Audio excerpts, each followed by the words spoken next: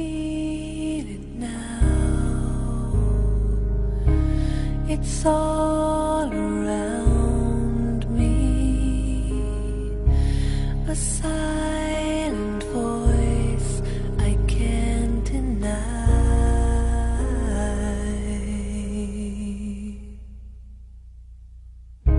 A mother's arms, how they surround me. They sing the beauty of my life. It will last forever. It will never fade away. Never cause me pain. This love, this love. I close my eyes. It takes me over. A memory deep down in my soul,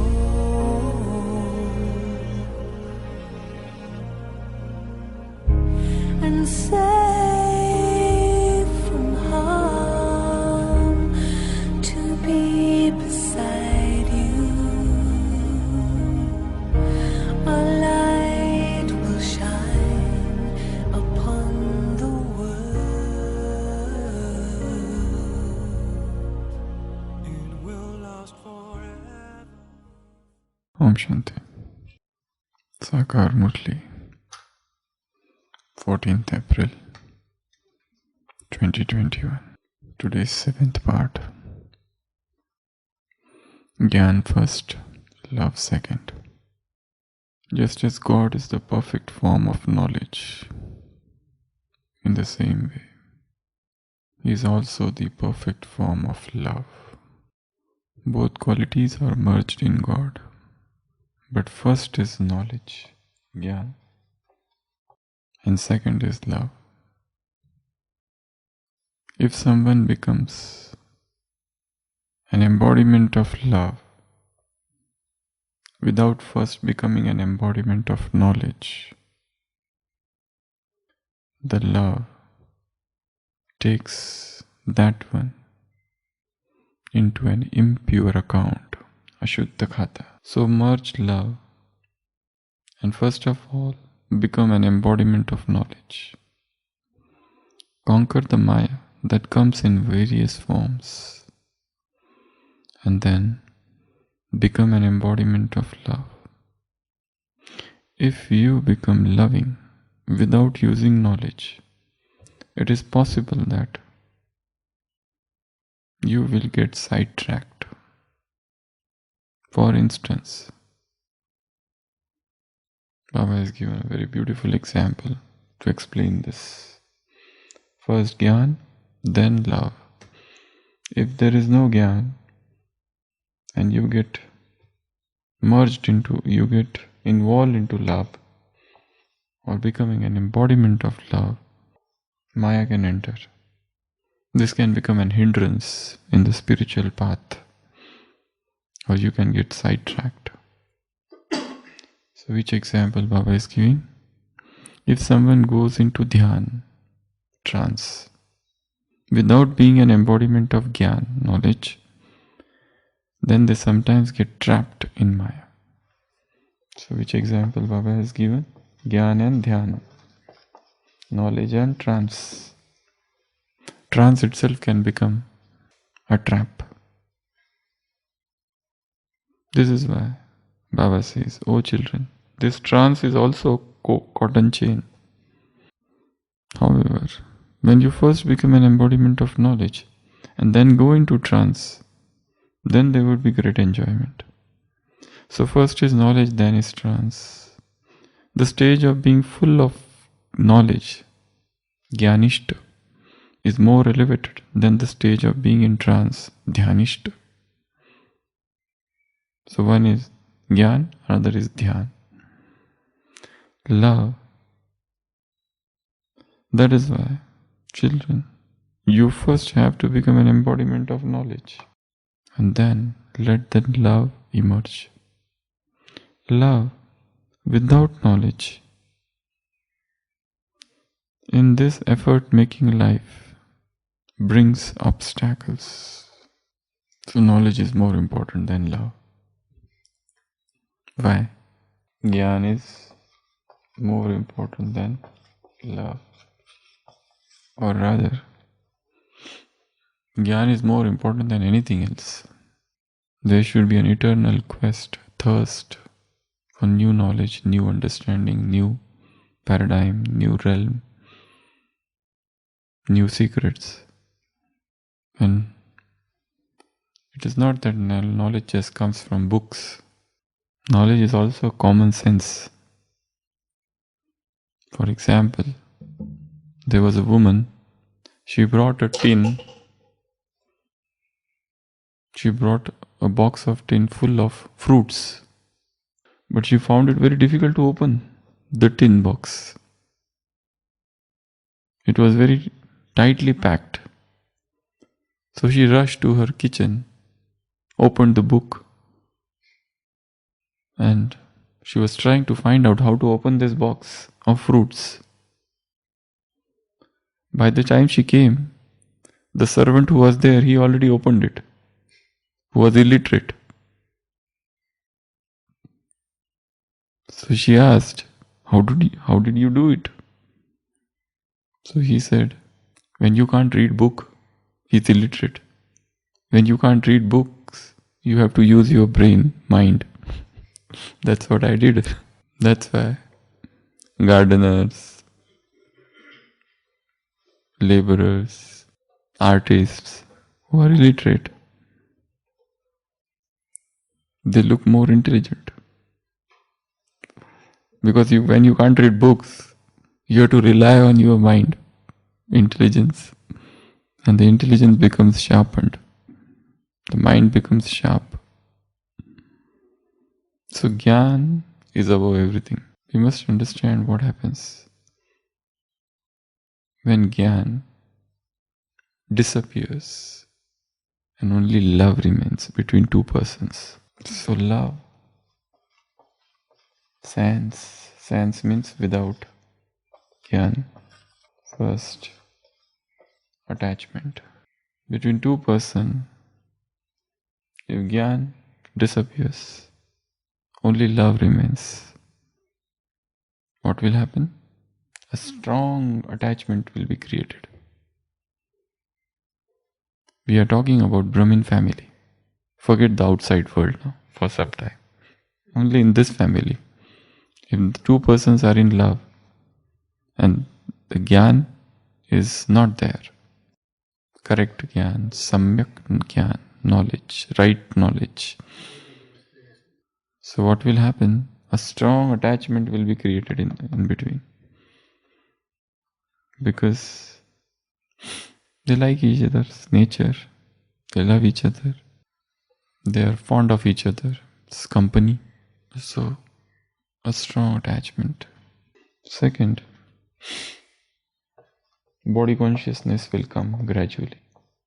There will be more and more contacts, sharings, phone calls, video calls, then attachment to each other's body, passion, urges, desire for sensuality, sensual pleasures, because Gyan has disappeared. Only love has remained. In fact, love is a very higher word, cannot be used here, but still we are using. Rather than love, this has become lust now. In fact, any love without Gyan is lust only. Love has nothing to do with body. Lust has nothing to do with love. Lust has to do only with body. And love is above lust. Only when lust is gone, love is born. There is no love when there is lust. So, strong body consciousness will come between two persons.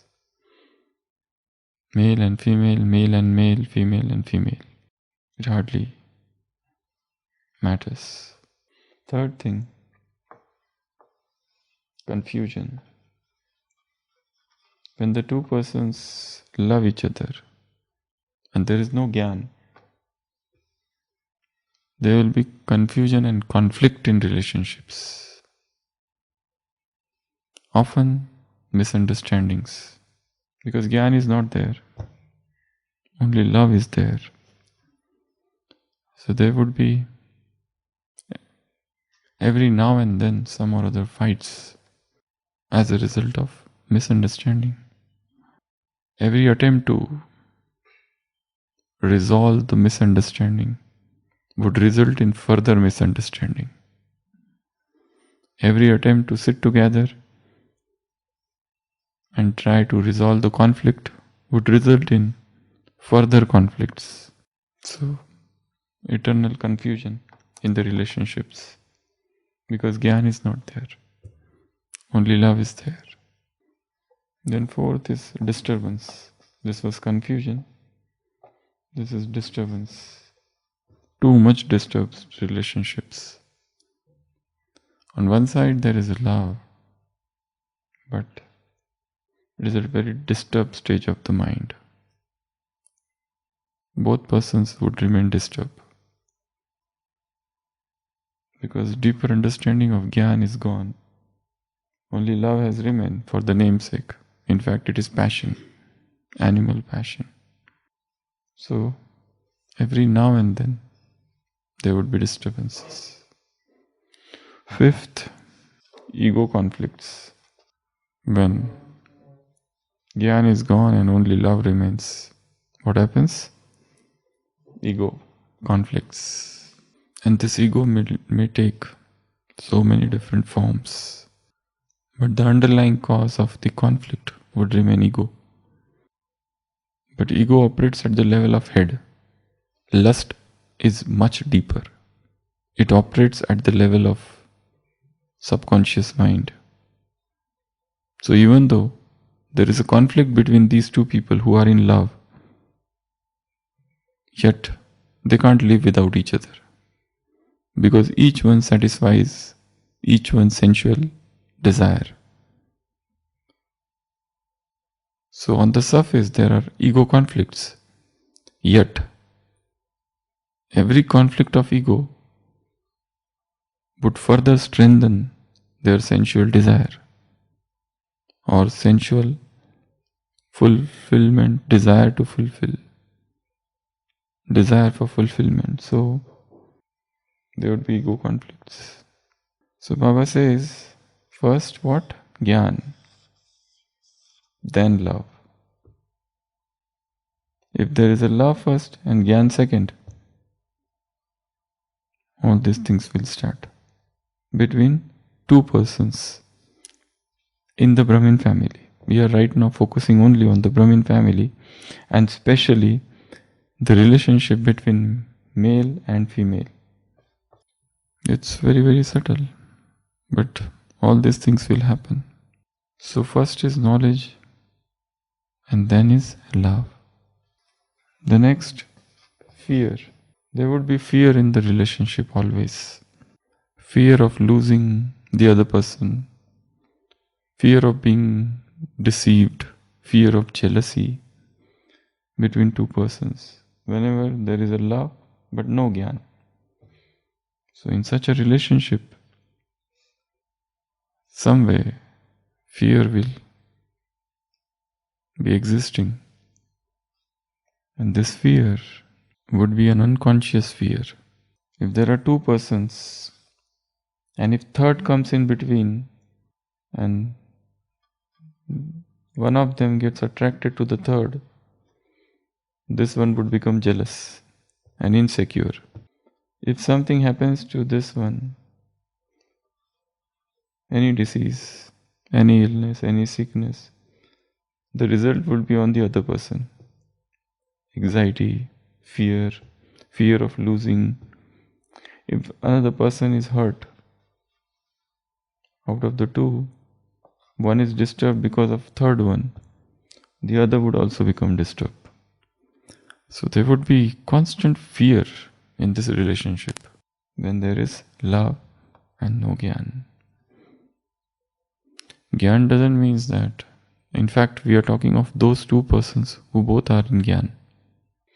Then last, seventh, getting upset. Rutna, Rusna. This would be a very common phenomenon. Getting wilted, upset, and wanting others to come after them and try to win them over, and then reconciliation and so on. So, this is a very tough situation. That's why Baba is saying, love is not first, Gyan is first.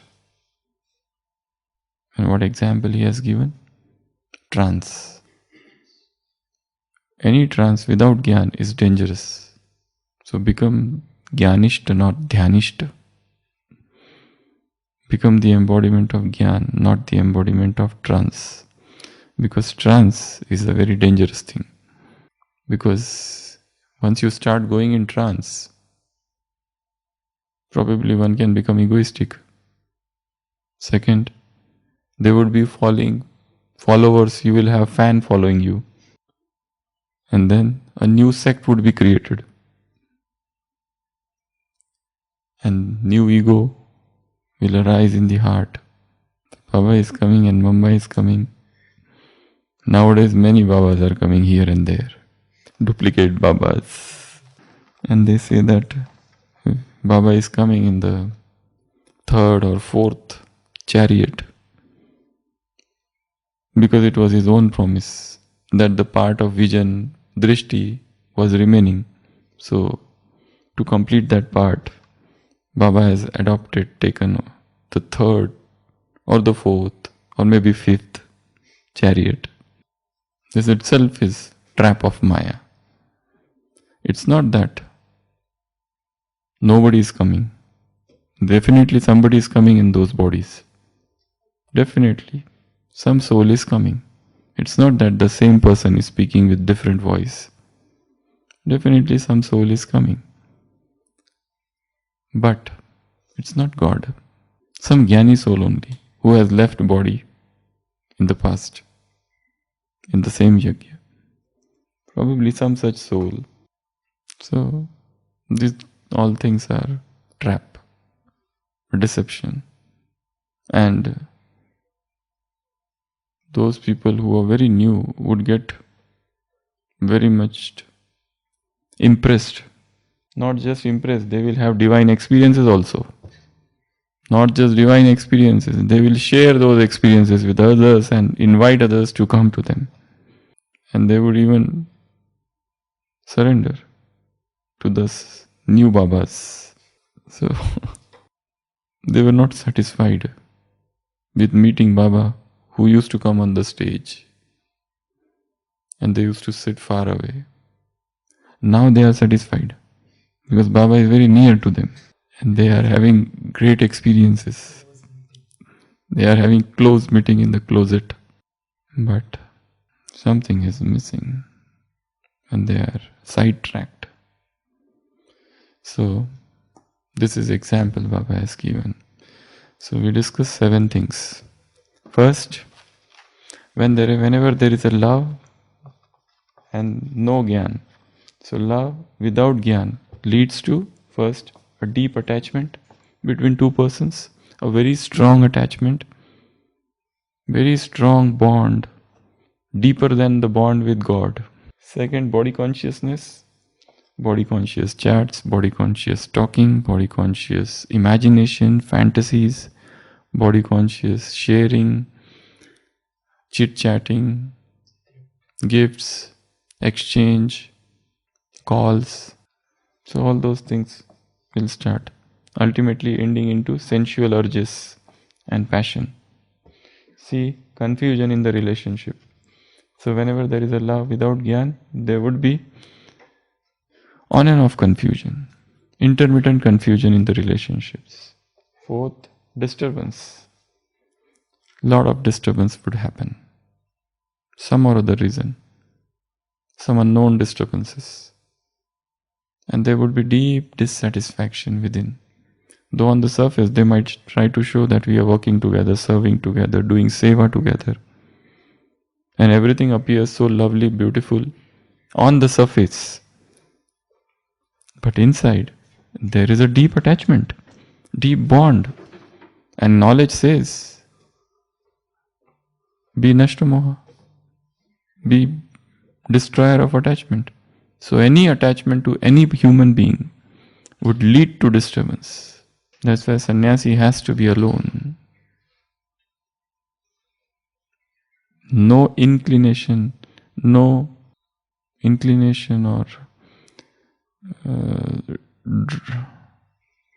longing for somebody's presence, to be with somebody, to work with a particular person, to work under a particular person whom you love, like, or you are influenced.